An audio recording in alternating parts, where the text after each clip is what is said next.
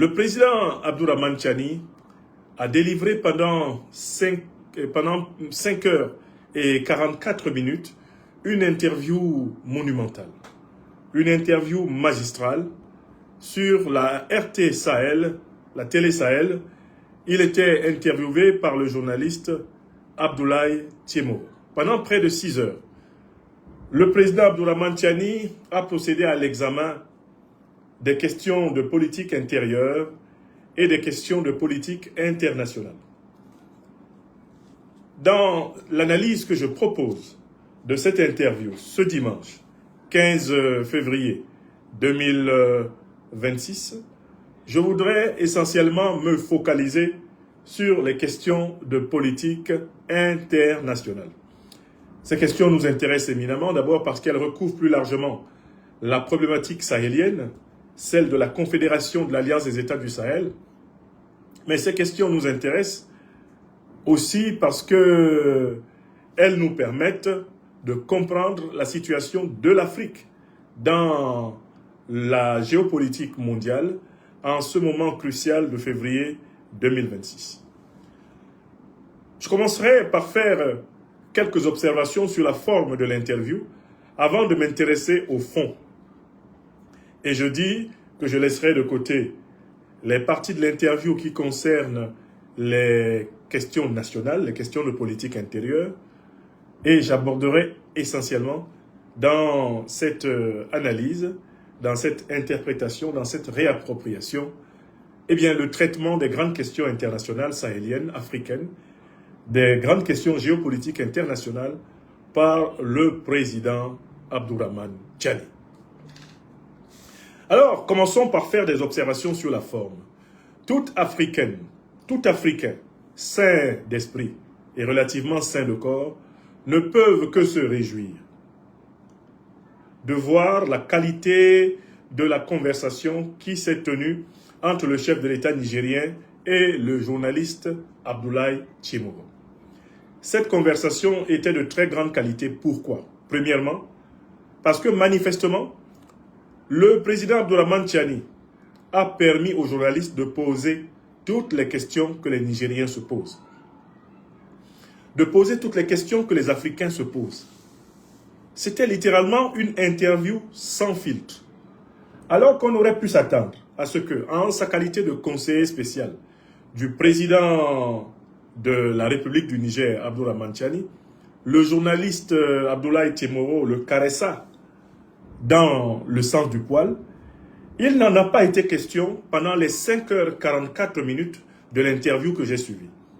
Avec beaucoup de respect, mais en même temps avec beaucoup de pugnacité, le journaliste Abdoulaye Tiemoro a posé au président de la République du Niger toutes les questions possibles. D'abord portant sur la politique nationale, la politique intérieure, et aussi sur la politique internationale. De l'autre côté, j'ai été impressionné non seulement par le calme, mais par la maîtrise des questions et donc des réponses que le président Tchiani a données.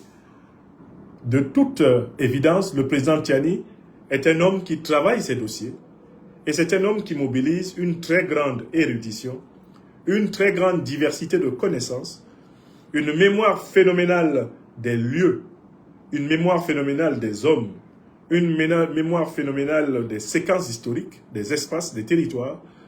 Tout cela a donné à l'interview une dimension incontestable de masterclass de géopolitique et de géostratégie. Toujours sur le plan de la forme, manifestement les deux hommes, le chef de l'État nigérien d'un côté et d'autre part, le journaliste Abdoulaye Tiemoro, ne se sont pas gênés de regarder la montre. Il y a dans cette interview monumentale la volonté de donner au président Tchiani l'occasion d'expliquer en profondeur chacune des questions posées. Les deux personnages de cette rencontre, de cette conversation, par questions et réponses, n'avaient cure du temps. Et là, je fais ma 4e observation sur le point de la forme. Mais nous aussi, qui avons regardé ces 5 heures et 44 minutes d'interview en totalité, nous n'avons jamais eu cure du temps.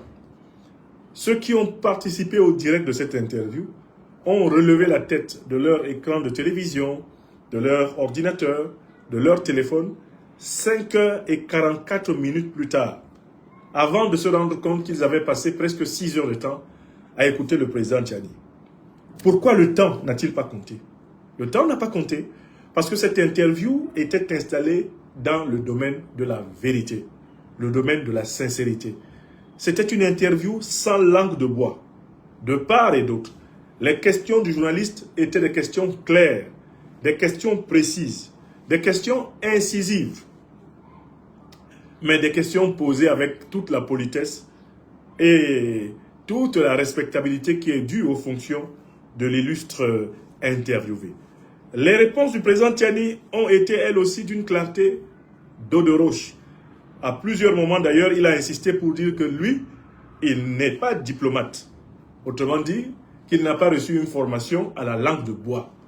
Que pour sa part, un chat est un chat, un chien est un chien, un cheval est un cheval, et on n'a pas besoin de les appeler par des circonlocutions verbales pour échapper à la réalité. Voilà pour ce qui est de la forme de l'entretien. On peut espérer que dans tous les pays africains, des journalistes d'État aient la liberté de questionner les chefs d'État, comme le journaliste Abdoulaye Tchemogo a pu questionner le président Abdourahmane Tchani. De la même façon, en tant qu'Africains, nous ne pouvons que souhaiter que tous les chefs d'État africains aient le courage de se confronter à un questionnement sur leur gestion intérieure et leur gestion internationale dans les chaînes de télévision nationales africaines. Malheureusement, vous le savez, les rares fois qu'on a l'impression que les journalistes posent des questions qui fâchent, posent des questions qui s'imposent aux dirigeants africains, c'est souvent lorsque des journalistes étrangers, missionnés par leur puissance pour questionner les dirigeants africains, les mettent à la question.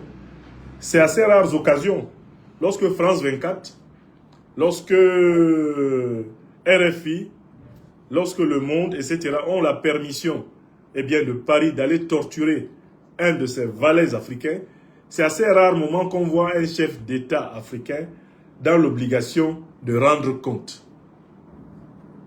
Eh bien, la communication politique au Niger, au Burkina Faso et au Mali montre qu'il est tout à fait possible d'être journaliste de l'État, d'être un communicant de l'État, d'avoir même de grandes responsabilités étatiques et de conduire une interview honnête, une interview courageuse, une interview claire, sans jamais manquer de respect à celui que l'on interroge. Puisse,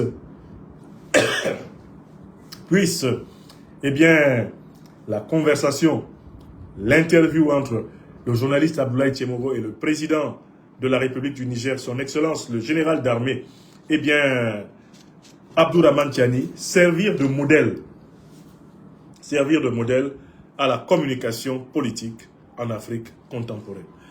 Passons maintenant à la deuxième partie de mon intervention. Qu'est-ce qui m'intéresse ce dimanche 15 février 2026 dans l'interview que j'ai honnêtement écoutée par 2 fois? Ce qui m'intéresse et dont je voudrais parler, ce sont les aspects concernant la politique internationale.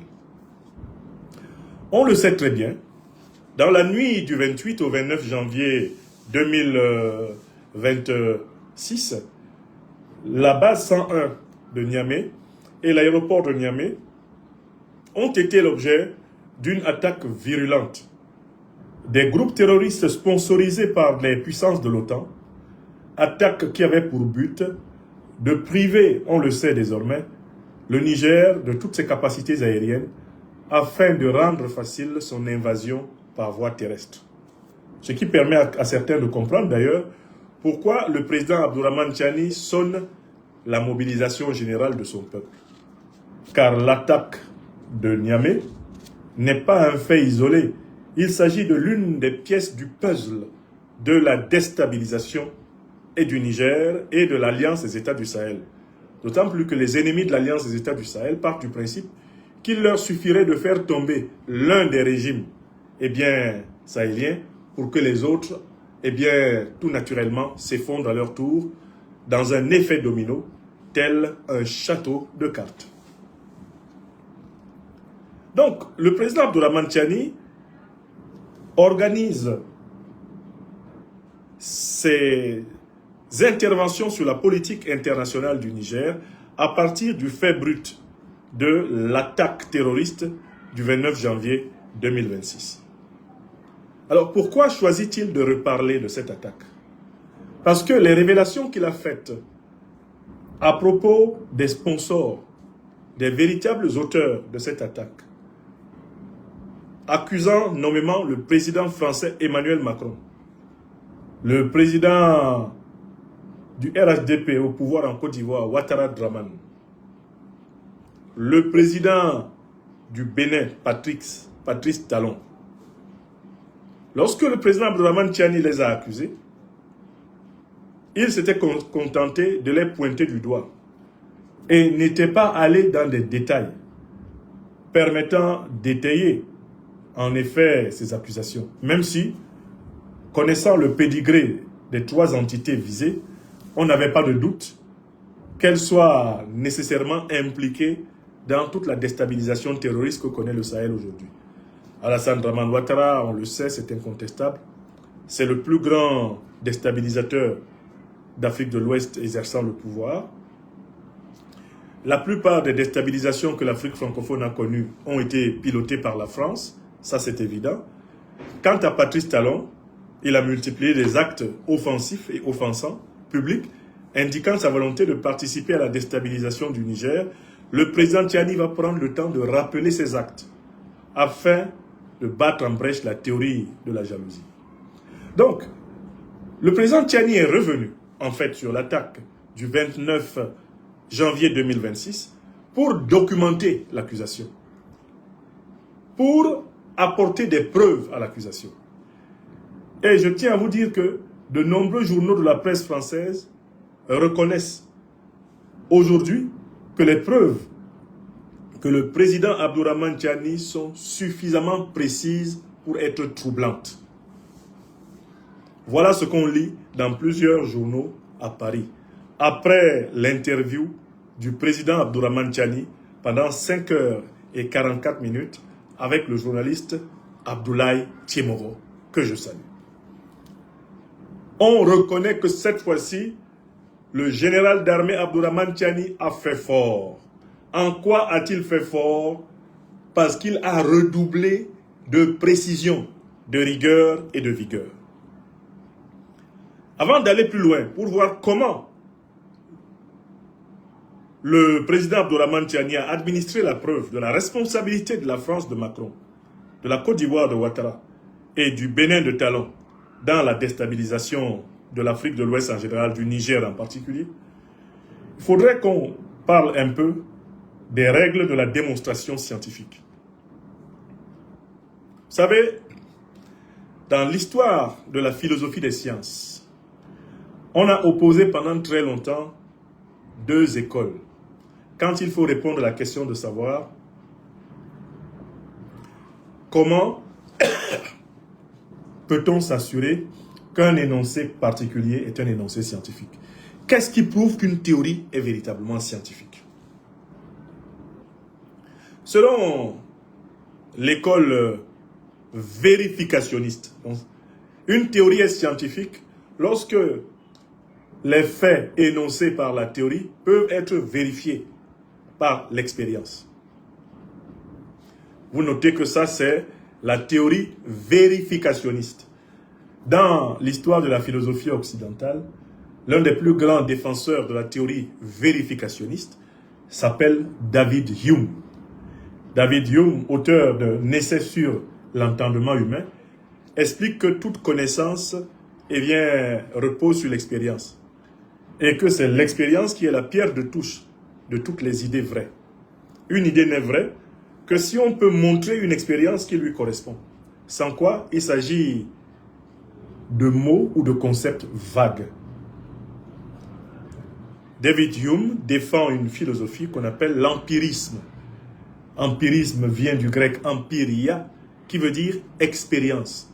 David Hume est le défenseur de la théorie de la connaissance par l'expérience, la théorie empirique.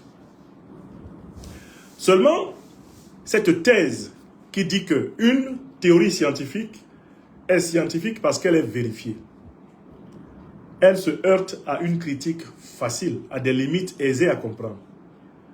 La critique la plus facile qui remet en cause le vérificationnisme et qui prouve que ce n'est pas parce qu'on a vérifié un fait que la théorie qui a annoncé ce fait est scientifique. Le fait est le suivant, c'est que aucune théorie scientifique ne peut être vérifiée dans l'absolu. Vous ne pouvez pas vérifier une théorie scientifique pour la totalité des cas possibles, parce qu'il y a une infinité de cas possibles.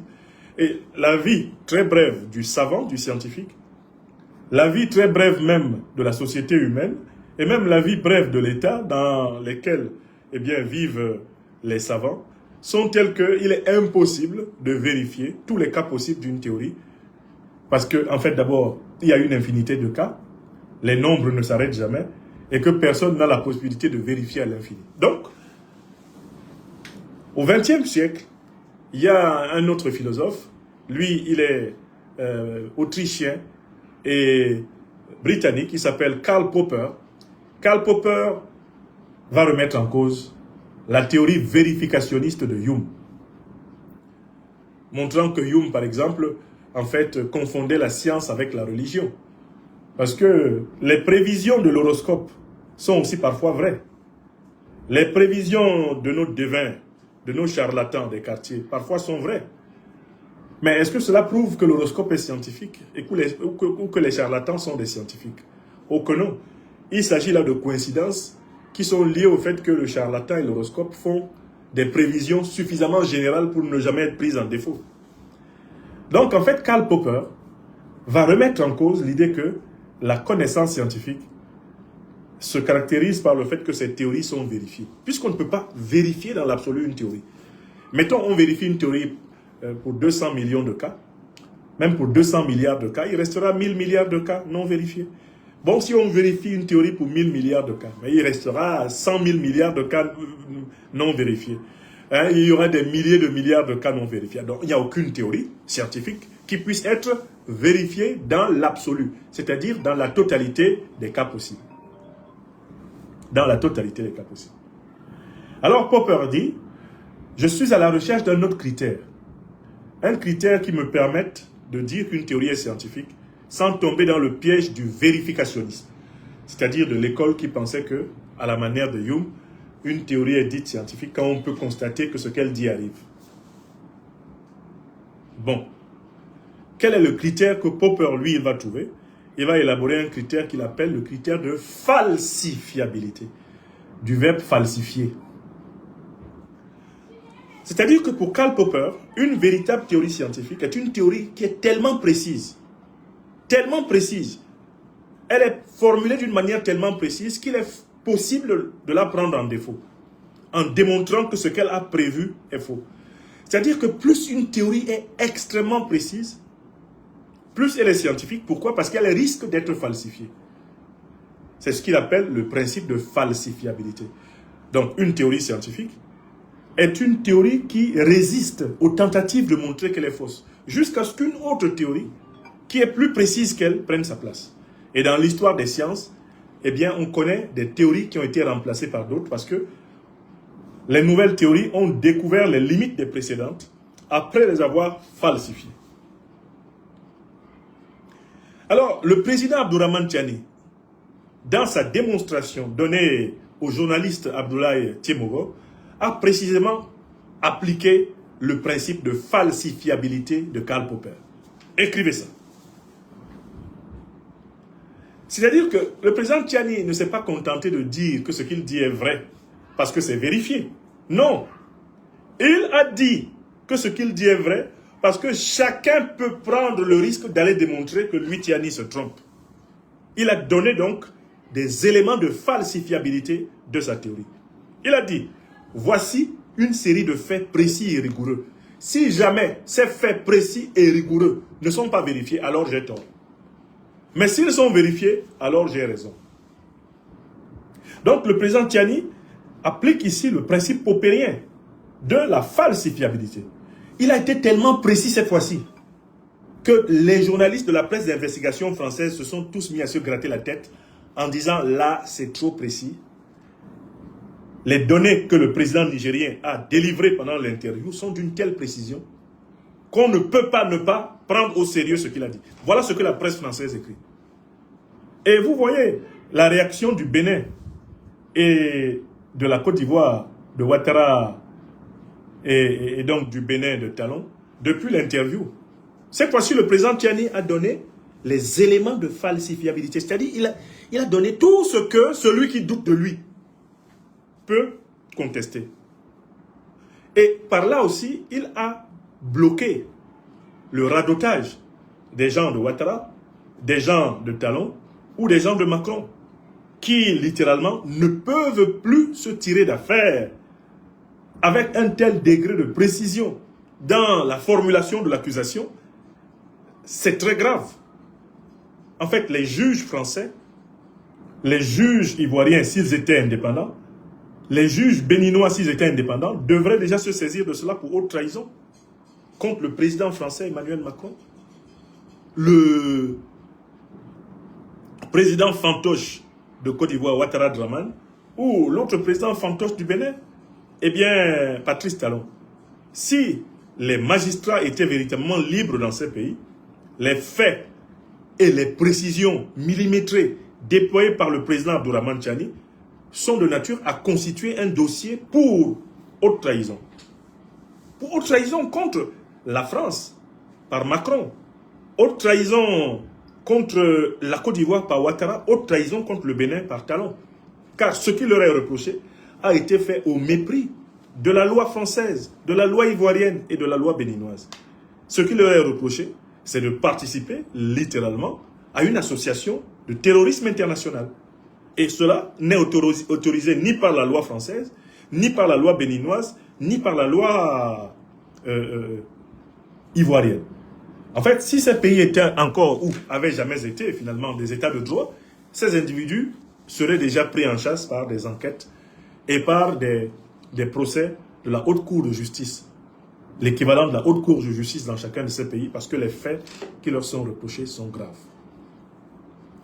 Donc, voilà sur le point, d'un point de vue méthodologique, la puissance de l'interview du président Tiani réside dans son extrême précision.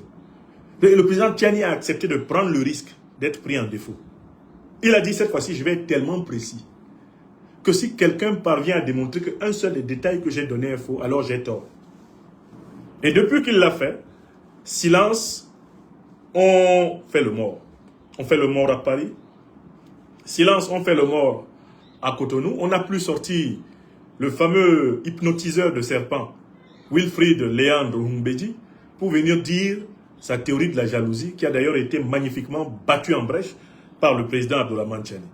Quant à Amadou Koulibaly, dit Hams, dit le petit Michelin, eh bien, on attend ses prochaines bourdes pour tenter de faire face, eh bien, à la masse nucléaire de preuves atomiques administrées par le président Abdourahmane Tiani.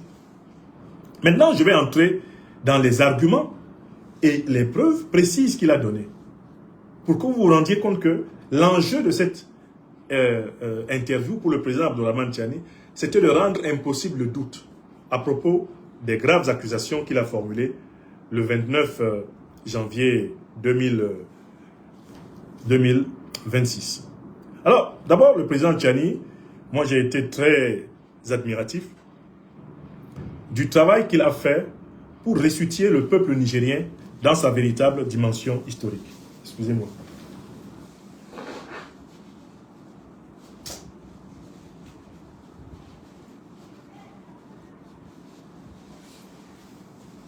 C'est le rhume d'Harmattan à Bamako. Alors, le président Tiani a commencé par ramener le peuple nigérien à sa réelle dimension historique. On a tendance, nous en Afrique, à définir nos nations, nos peuples à partir de 1960. Quand on va même très loin, on parle de l'histoire de nos pays respectifs à partir de la rencontre avec l'Occident. C'est un vieux défaut intellectuel de la majorité des Africains de raconter leur histoire toujours à partir du regard de l'autre, à partir du moment où l'autre les a vus. Dans la plupart des pays africains, les programmes d'études de l'histoire nationale du pays se focalisent autour de la période négrière, de la période coloniale, de la période post-coloniale. Or, la plus grande partie de l'histoire africaine, la plus immense et la plus glorieuse partie de l'histoire africaine précède la période de la traite des nègres. Elle est placée longtemps avant le 16e, 17e siècle. Ce que le président Tiani a fait, c'est d'amener les Nigériennes et les Nigériens, et de nous amener tous Africains, à reprendre confiance en la mémoire longue de notre civilisation. On ne peut pas faire face au néocolonialisme, à l'impérialisme, avec une mémoire courte. Parce que quand vous avez la mémoire courte, les puissances négrières, les puissances coloniales, les puissances néocoloniales et impérialistes paraissent avoir une mémoire plus longue que vous.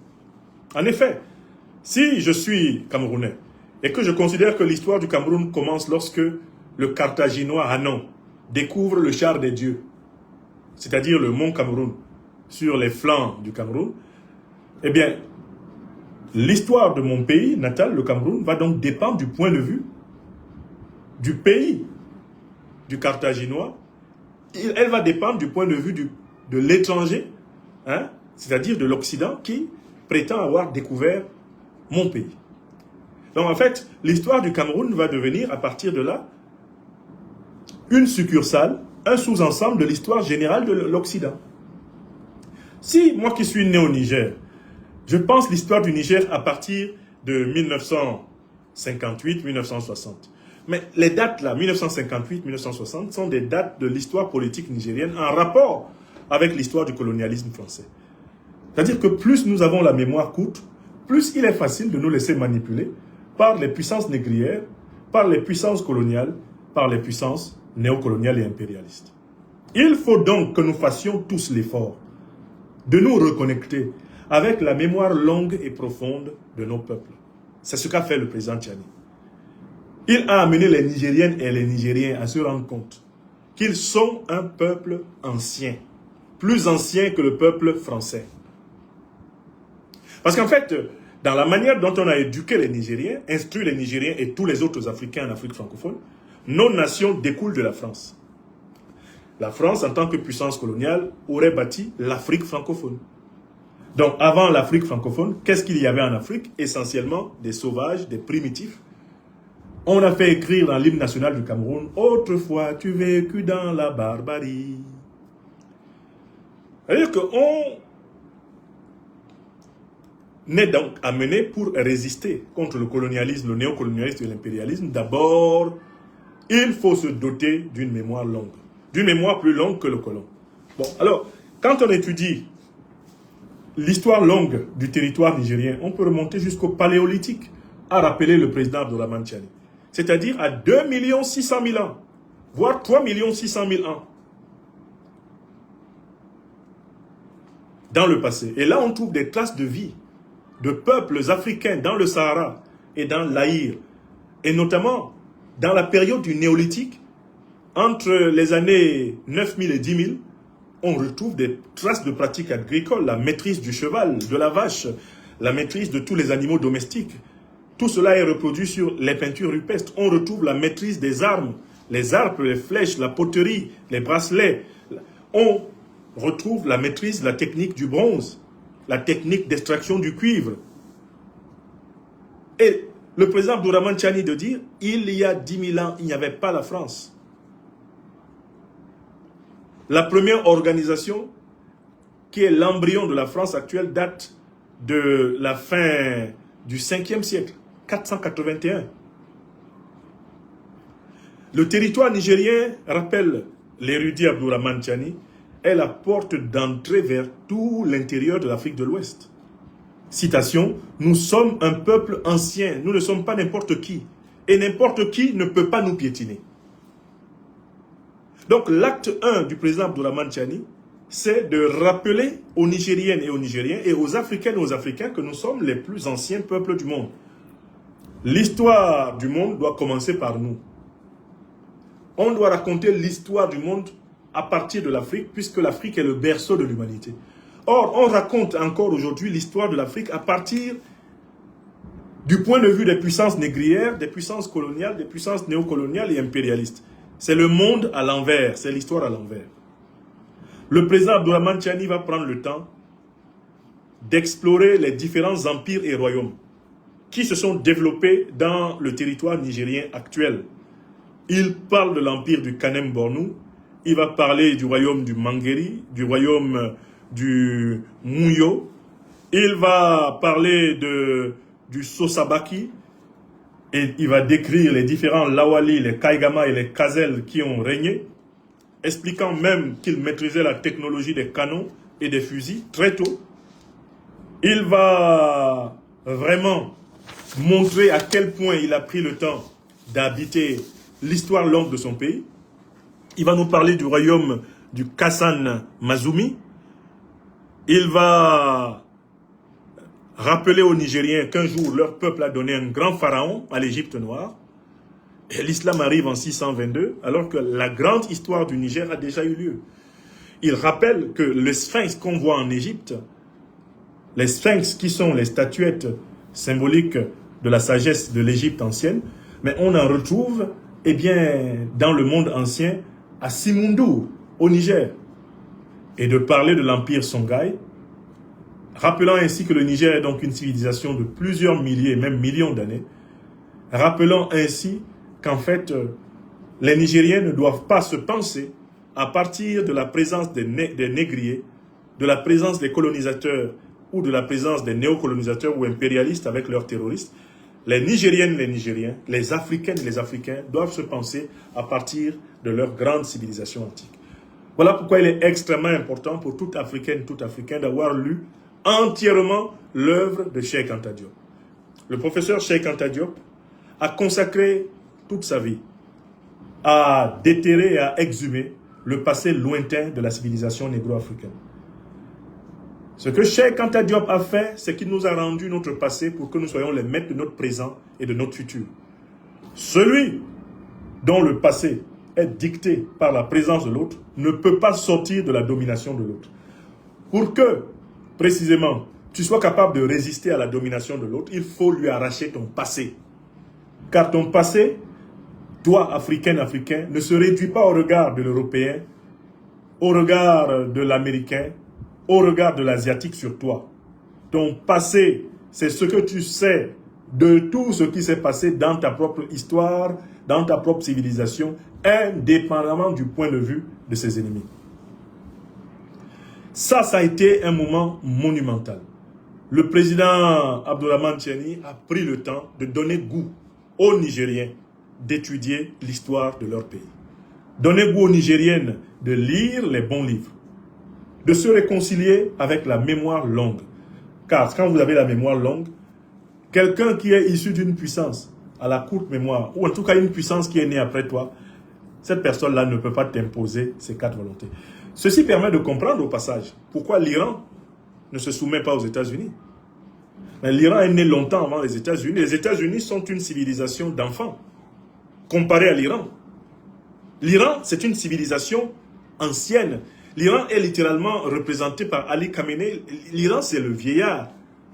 C'est une civilisation qui s'est civilisée depuis très longtemps. Les Américains n'étaient même pas encore nés. L'idée même d'Amérique n'était pas encore née, que la Perse existait déjà. Mais comment voulez-vous que Donald Trump, qui est le porteur de cette civilisation hâtive, de ces 200-300 dernières années, ce bricolage civilisationnel fait de bribes, de la colonisation européenne en Amérique, de récupération perlée des traditions indigènes, de ce qu'on a appelé les Indiens, comment vous pensez pouvoir opposer cela au bloc perse, qui est là depuis pratiquement 2000 ans? Donc, vous comprenez pourquoi le vieux Ali Khamenei regarde Donald Trump comme un garnement. Vous comprenez pourquoi l'Afrique, qui a repris conscience d'elle-même, se rend compte qu'Emmanuel Macron est simplement un président qui est un enfant attardé. De lui, on doit dire que c'est un enfant qui a les clés de la cité. Or, malheur à la cité dont le prince est un enfant. Revoyez bien tous les qualificatifs des dirigeants africains qui ont pris leur distance avec Macron. Vous vous rendez compte que ces dirigeants se rendent compte que Macron est le représentant d'une civilisation dégénérée. Il est le représentant d'une civilisation sans racines. Il est le représentant d'une civilisation qui ne distingue plus le bien du mal, l'homme de la femme, la famille de la non-famille, l'ordre du désordre, le juste de l'injuste. Une civilisation confusionnelle, où il y a des individus qui disent qu'ils ne savent pas à quel sexe ils appartiennent. Oui, c'est cela que représente justement Macron, et c'est pour cela qu'il y a un tel fossé entre lui et les dirigeants africains convenablement éduqués. Parce que lui, il n'a pas de valeur. C'est un nihiliste, Macron. Alors que l'Afrique a préservé dans la vérité, la justice et la solidarité 3 valeurs potomitantes avec lesquelles elle est en train de se refonder. Donc le premier acte du président Abdourahmane Tiani aura été cet acte de restauration de la mémoire longue. Une fois qu'il a restauré la mémoire longue, alors il s'est appliqué à démontrer et à donner des preuves précises, que ces accusations contre la France, contre le Bénin de Patrice Talon, ou contre le régime d'Alassane Dramane Ouattara en Côte d'Ivoire, n'étaient pas des accusations en l'air, mais des accusations documentées. Le président Tiani s'est mué en docteur des preuves. D'abord, il nous a donné un cours d'histoire sur l'histoire de l'exploitation de l'uranium au Niger. Avant de parler spécialement de l'incident, de l'attentat du 29 janvier, le président Tiani, parlant de la France, a remis, pour ainsi dire, l'église au centre du village. L'affaire de l'uranium. Le président Tiani nous rappelle que l'uranium a été découvert au Niger en 1959 lors des prospections, et il a été découvert en même temps que le cuivre pur. Mais que le 24 avril 1961, un décret français était pris par De Gaulle pour dire que le Niger accepte et facilite aux forces de défense et de sécurité françaises le stockage des matières premières stratégiques du Niger dans le cadre de l'entretien de la défense de la France. Ces accords du 24 avril 1961 prévoyaient la limitation de l'exportation de ces minerais stratégiques par le Niger et même leur interdiction par la France qui, de fait, en prétendant reconnaître l'indépendance du Niger, la niait par là même. Donc le président Tiani nous rappelle cette période autour donc du 24 avril 1961. Le décret français s'approprie le sous-sol nigérien. Au moment même où De Gaulle prétend proclamer l'indépendance du Niger, comme celle des autres territoires sous tutelle française d'Afrique, ou des autres colonies françaises d'Afrique, la France prend de l'autre côté, par des accords iniques, trompeurs, par des accords asymétriques, des accords mystificateurs, des accords d'arnaque. La France vole la souveraineté des pays africains en proclamant leur indépendance. Une duplicité sans nom. Alors, le président Tiani est actuellement le maître de l'archive du Niger. Il nous rappelle qu'en 1967, le président Hamani Diori écrit à Jacques Foccart. Il lui écrit le 13 novembre 1967 en lui disant « C'est pas normal que la France, à travers le centre d'études énergétiques et atomiques, ce n'est pas normal que la France mette la main entièrement sur notre minerai. » Réponse le 15 novembre 1967 par Foccart. Foccart dit au président nigérien Hamani Diori qu'il devrait s'estimer heureux que le centre d'études atomiques, d'énergie atomique français exploite l'uranium du Niger. Que Hamani Diori devrait remercier la France, remercier le ciel même que la France daigne accepter d'exploiter le pourri uranium du Niger, parce que c'est un honneur que la France fait au Niger. Le 20 novembre 1968, il n'est pas satisfait.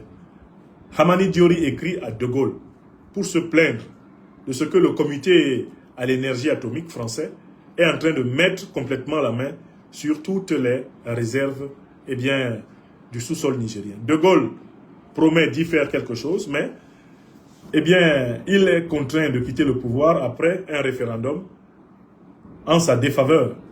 Et le président Hamani Diori va continuer son plaidoyer auprès du président Pompidou. Pompidou, lui aussi, ne changera rien. Bref, en fait, à partir de 1961, nous dit le président Tchiani, la France met la main sur l'uranium nigérien, sur le sous-sol nigérien, et l'exploite gratuitement.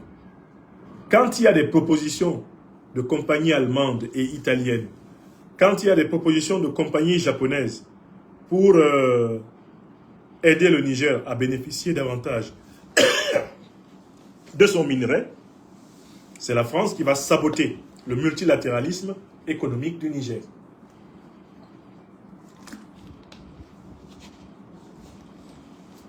Donc, de 1961 à 2023, la France disposait gratuitement, en fait, du minerai nigérien. C'est elle qui en faisait le partage. D'ailleurs, j'ai fouillé dans les archives de la presse internationale. Il est même précisé que la France se classait parmi les pays producteurs d'uranium. Expliquez-moi comment la France peut se classer parmi les pays producteurs d'uranium si, au préalable, elle n'a pas nié la propriété de l'uranium du Niger par le Niger. Pour que la France se soit classée pendant plusieurs décennies pays producteur d'uranium, il a fallu que le sous-sol nigérien ait été en réalité privatisé par la France ou nationalisé pour la France, ce qui est un scandale. Le 26 juillet 2023, le président Abdourahmane Tchiani et ses compagnons mettent fin à cette ignominie. Et à cet instant précis, nous rappelle le président Abdourahmane Tchiani, il y avait 156,231 tonnes d'uranium qui avaient été exploitées par Orano, qui avait été tiré du sol nigérien par Orano. La convention qui lie Orano à l'État du Niger disait que Orano récupère 63,4% de l'uranium qui est extrait du sol nigérien. Donc, on doit faire 63,4% des 156,231 tonnes. Et c'est seulement cela qu'on peut donner à la France. Entendu que c'est avec elle que les 156 tonnes avaient été extraites. Par contre, quant aux milliers de tonnes d'uranium qui ont été extraits par les entreprises nigériennes d'État, sous l'égide de l'État du Niger, le président Tchiani rappelle tranquillement que cela appartient au Niger et que le Niger le vendra à qui il veut et en tirera tout bénéfice comme il le souhaite. Moi, ce que j'ai beaucoup aimé ici, c'est la démonstration qui a été faite. Premièrement, de la clause dolosive de 1961 ayant permis à la France de mettre la main sur l'uranium nigérien. Cette clause de 1961 est nulle et de nul effet, car personne ne peut considérer comme un acte de droit l'auto-octroi de la possession du sol d'un pays étranger par une puissance coloniale. Maintenant, restons toujours sur la France. Le président Tchiani va sérieusement s'occuper de démontrer que la France, sous Emmanuel Macron, s'est fortement impliquée dans la déstabilisation du Niger. Il va établir une chose, c'est qu'à l'international, la France est systématiquement opposée aux intérêts du Niger. Il donne un exemple, l'exemple de l'eau de Zinder. La France a mis son veto contre l'option de donner de l'eau au Niger. Sur le plan médiatique, la ligne officielle française consiste à traiter matin, midi et soir le président Tchiani, le président Traoré, le président Goïta de putschistes, de putschistes, de putschistes. Mais le président Tchiani rappelle opportunément à Emmanuel Macron que lui-même, Macron, est un gros putschiste. Pourquoi? Parce que depuis très longtemps, il n'a pas de majorité parlementaire et il gouverne la France en utilisant l'article 49.3 de la Constitution, un article au forceps qui est devenu la règle alors que c'est un article qui devrait être l'exception.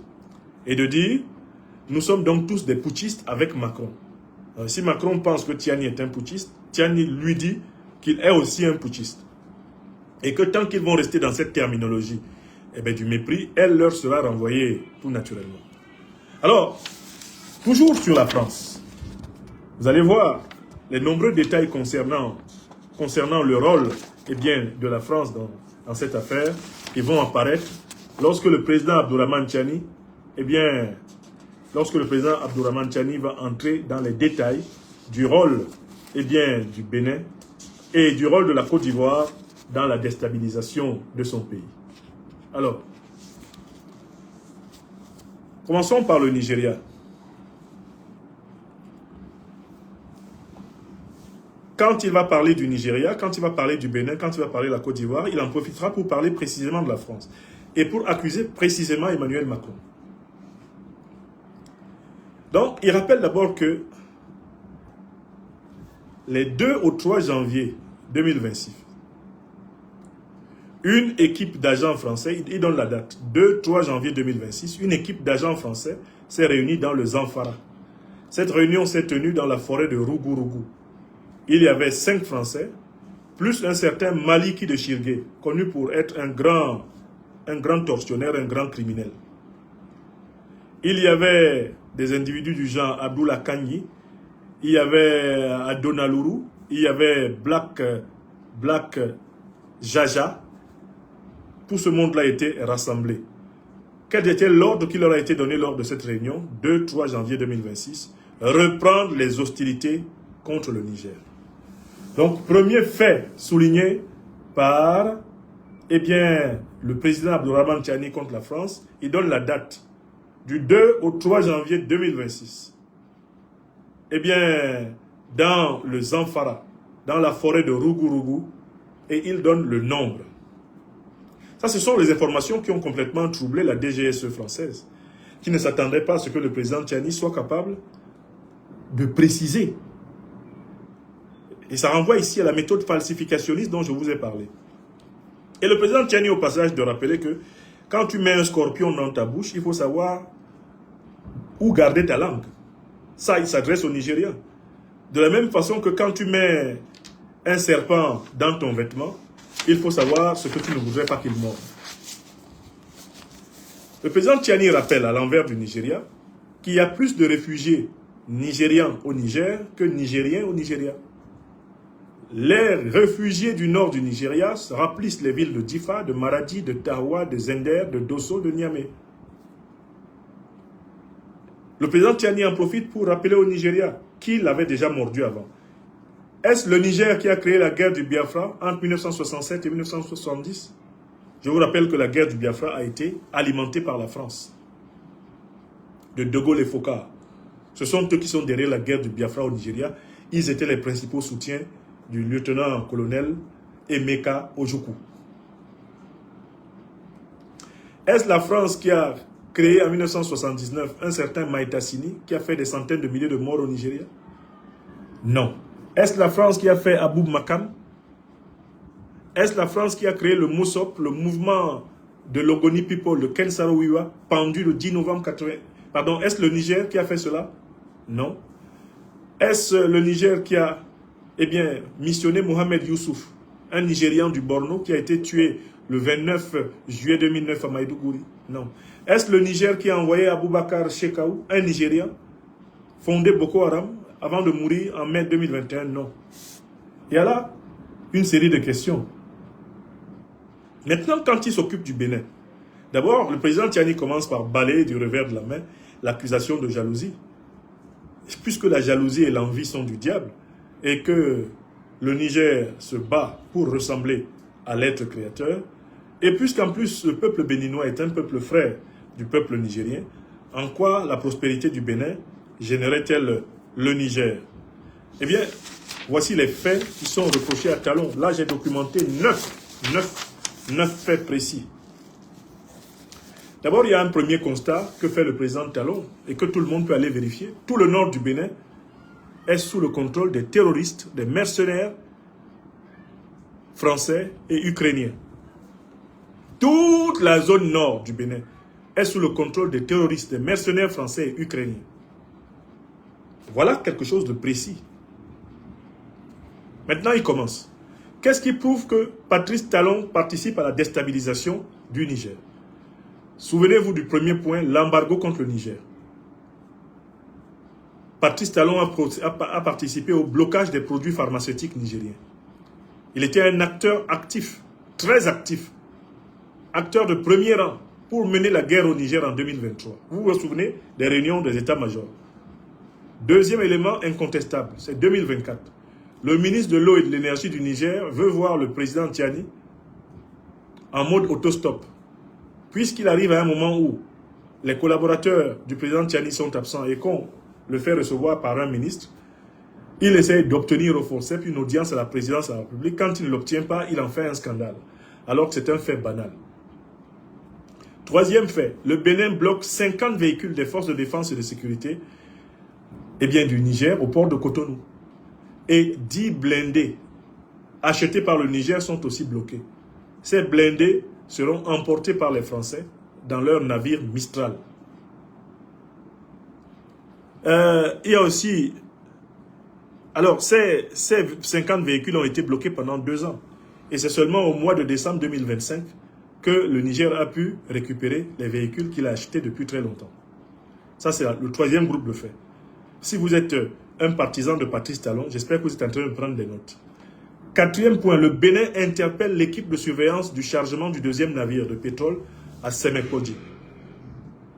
Des fonctionnaires, des ingénieurs nigériens, de nobles personnes sont arrêtés et traités comme des terroristes, jetés en prison aux côtés de bandits.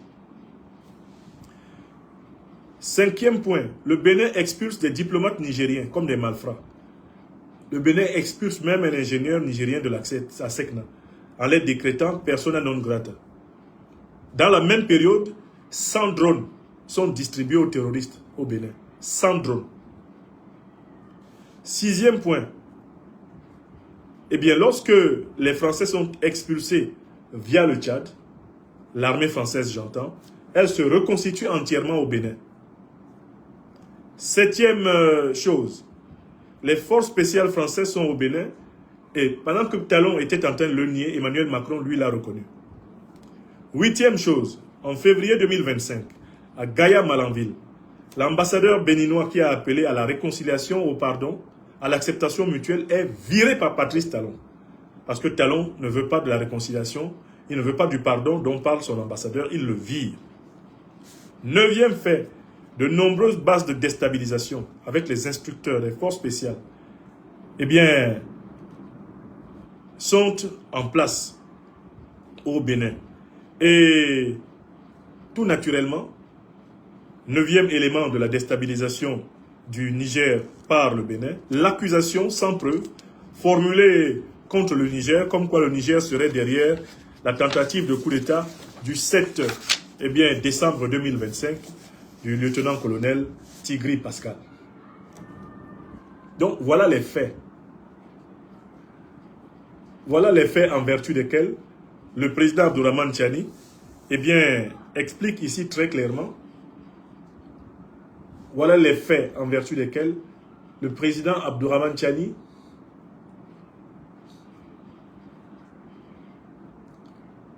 Voilà les faits en vertu desquels le président Abdourahmane Tiani considère objectivement Patrice Talon comme quelqu'un qui est un ennemi de la paix et de la souveraineté nigérienne.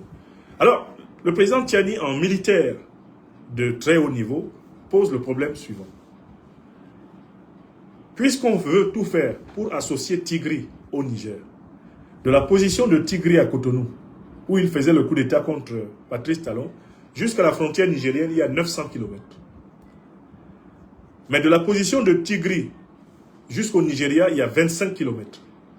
De la position de Tigri jusqu'au Togo, en partant de Cotonou, il y a une centaine de kilomètres. Donc la question du président Tiani est la suivante. Un officier supérieur, qui plus est un membre des forces spéciales du style de Tigri, vers quelle destination avait-il intérêt à aller pour échapper le plus rapidement à ses ennemis? Est-ce qu'il avait intérêt à parcourir 900 km à l'intérieur du territoire béninois pour entrer au Niger? ou plutôt 25 km pour aller rapidement au Nigeria, se mettre à l'abri, ou plutôt peut-être 100 km pour aller au Togo.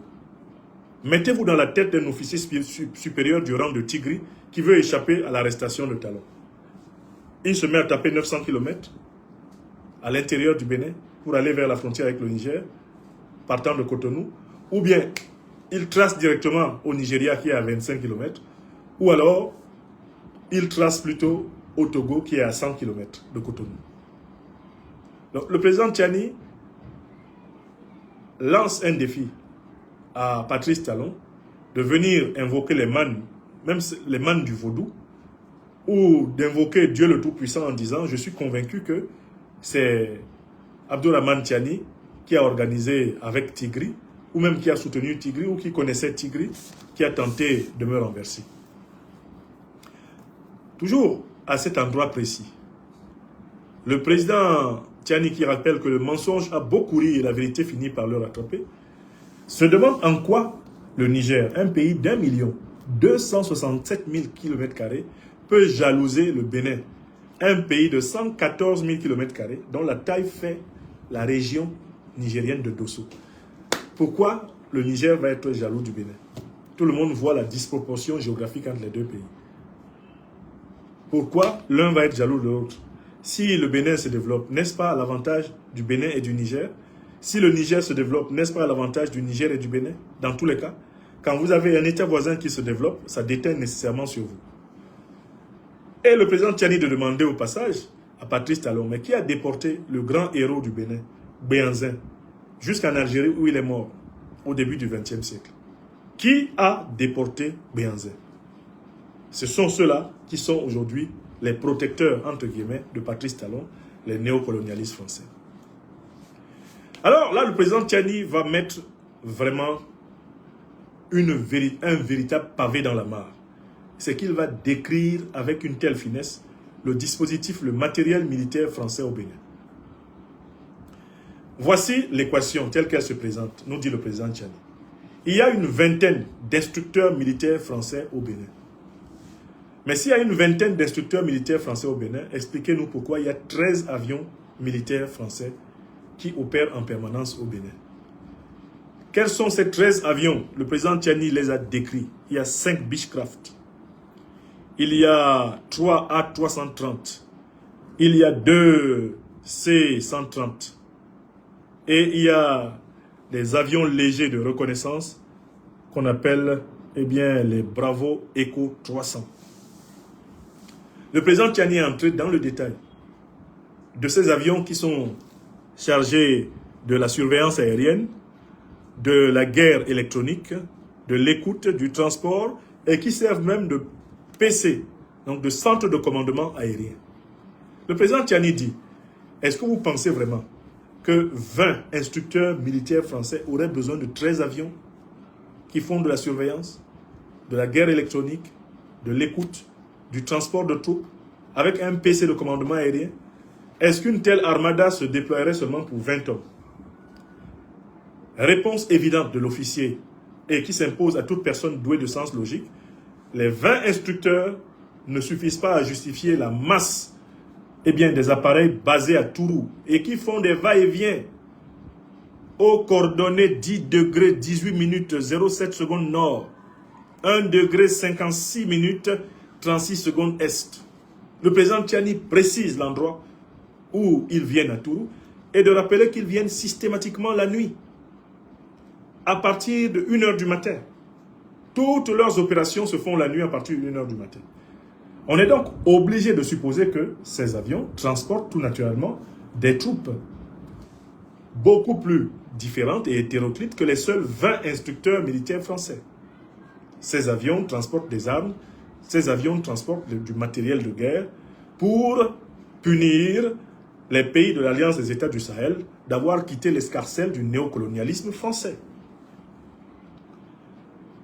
Ces avions ne peuvent pas se justifier par la seule présence d'une vingtaine d'instructeurs français. Une vingtaine d'instructeurs n'a pas besoin de 13 avions. Il faut nécessairement que ces avions servent, bien sûr, à une troupe plus élargie. Et c'est par là qu'on comprend le grand activisme terroriste qui se déploie dans la partie nord du Bénin. Voici des données qui ont fortement troublé, nous dit-on dans la presse française, la DGSE. La DGSE qui, devant les précisions apportées sur la composition du matériel, eh bien, des troupes néocolonialistes françaises au Bénin, en sont venus à s'en émouvoir et à dire que cette fois-ci, les accusations du président Tiani révélaient des failles dans le dispositif, eh bien, stratégique français. Le président Tiani ne laisse pas talon.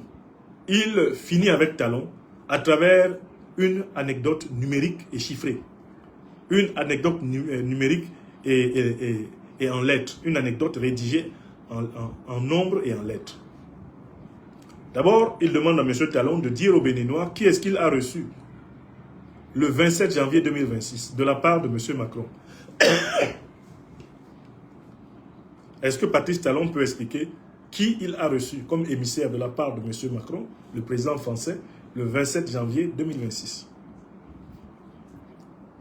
Ensuite, puisque Patrice Talon prétend faire le bilan de son mandat, le président Tiani lui demande d'expliquer les codes suivants. 1 AK, 1 P, AK, 1 HP, 2 HP, ratio du périmètre 76, 15, 9, périmètre 555 km². Mise en œuvre 1982, fin 1998, total 22 millions. Le président Tiani demande à Patrice Talon d'expliquer de quoi il est question dans cette affaire, tout naturellement au Béninois. Il s'agit d'une opération clairement frauduleuse. C'est une opération honteuse dont Talon a été responsable et dont le président Tiani rappelle les coordonnées, histoire de dire à Talon qu'il nage, mais on voit son dos. Pardon. Histoire de dire à Patrice Talon qu'il nage, excusez-moi mes chers amis, histoire de rappeler à Patrice Talon qu'il nage, mais on voit parfaitement son dos.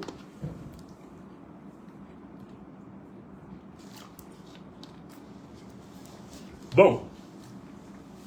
Maintenant, la deuxième partie de la démonstration, selon la théorie falsificationniste popérienne du président Abdourahmane Tiani, se déploie sur la Côte d'Ivoire de Ouattara. Le président Tiani rappelle qu'il était en Côte d'Ivoire quand des Ivoiriens avaient fui la Côte d'Ivoire. J'espère que vous savez qui avait fui. C'est Ouattara Draman, le roi de la béousserie, le roi de la détalade, le roi, eh bien, du sauve-qui-peut, le maître du sauté-clôture. Le président Abdourahmane Tiani, alors officier nigérien, a dirigé le commandement d'un bataillon nigérien, à l'époque donc de la CEDEAO, de la MICESI, de l'UNESI. Il était en Côte d'Ivoire le 4 avril 2004, dans le cadre de l'ONUCI. Il avait un PC à Zambakro, qu'il commandait, un PC à Prikro, puis à Daoukro. Il dirigeait la section nigérienne et était aux côtés de la section ghanéenne qui est intervenue à Korogo en juillet 2004, en Côte d'Ivoire, pour la paix. Le président Tiani rappelle qu'il connaît les cours d'eau de Côte d'Ivoire, comme le Nzi, le lac Kossou, la Komwe, ou le Bandama. Il rappelle qu'il a fait le parcours de Daoukro à Man, d'Odiéné à Danané, pratiquement jusqu'à la frontière libérienne, qu'il est passé par tout le Pleu, Daloa, Vavois, Séguéla, Daloa, Issia, Mama, Toumoudi, et qu'il a fait l'itinéraire qui va de Daoukro à la frontière ghanéenne. Il est allé de Daoukro à la frontière ghanéenne, et même de Daoukro jusqu'à Abidjan. Bref, le président Tiani, par cette présentation, montre très clairement à Alassane Dramane Ouattara qu'il connaît la Côte d'Ivoire. Alassane Ouattara, qui voulait envoyer un bataillon de 1100 hommes pour dégommer Tiani, il devrait savoir que Tiani connaît mieux le terrain ivoirien que lui, Ouattara, ne connaît le terrain nigérien. Il n'y a pas beaucoup d'officiers ivoiriens qui connaissent le terrain nigérien comme Tiani connaît le terrain ivoirien. C'est un message implicite qu'il glisse à Ouattara. Histoire lui dit, tu ne fais que me chercher, mais moi je sais où te trouver. Je sais comment te trouver. S'il faut te trouver, je sais.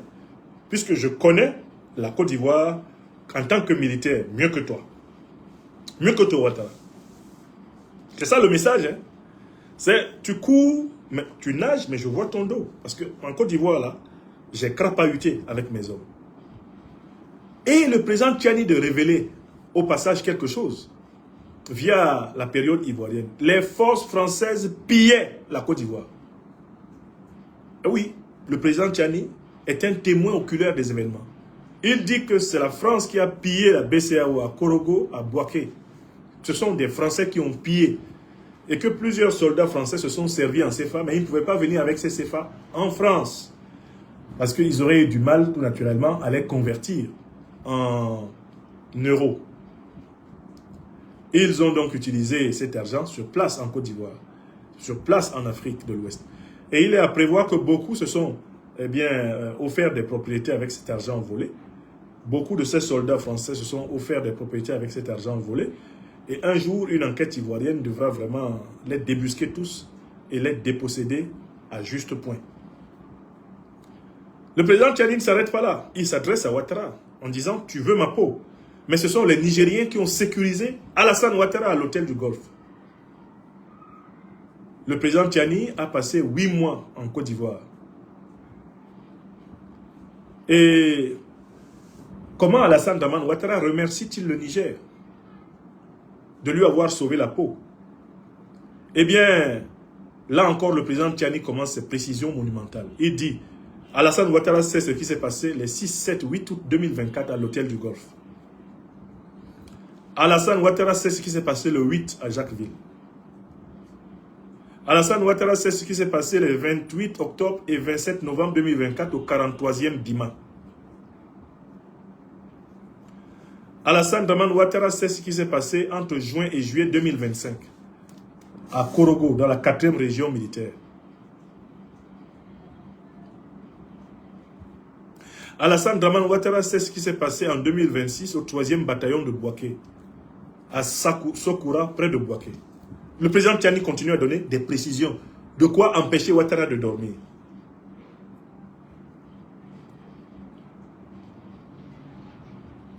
Il continue. Les 16, 17, 18, 19 juillet 2025, Alassane Ouattara sait ce qui s'est passé à l'hôtel des armées, dans le plateau d'Abidjan.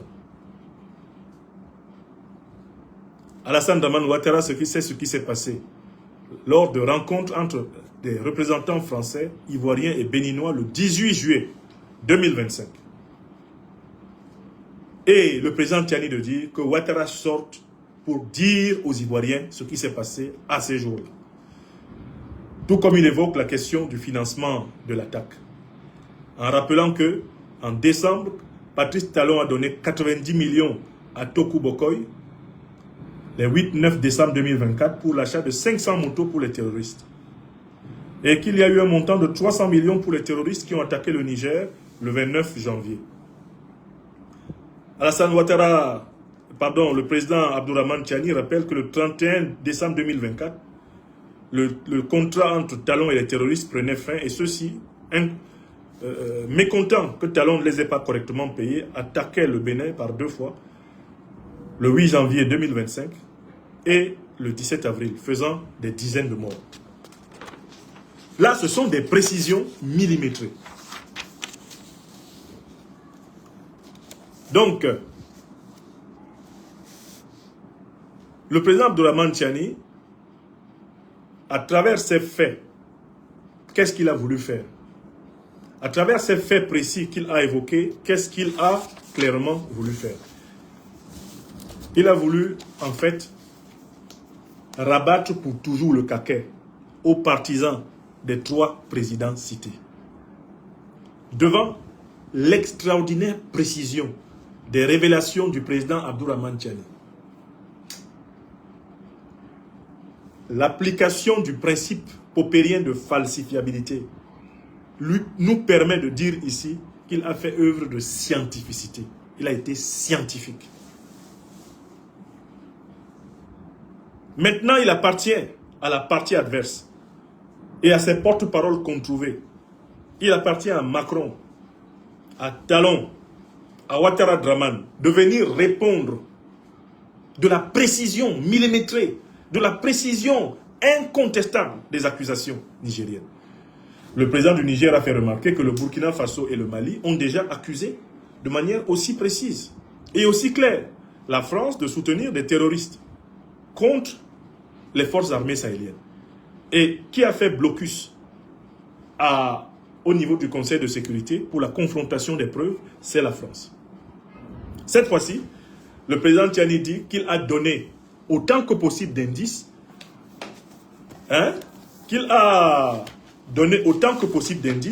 mais que il faut, en réalité, il a utilisé une expression que je voudrais absolument vous souligner, pour expliquer pourquoi il ne dit pas tout. Il va donner, le président Tiani utilise une expression que je voudrais vraiment citer. Il donne une expression que je voudrais citer et que j'ai noté, voilà.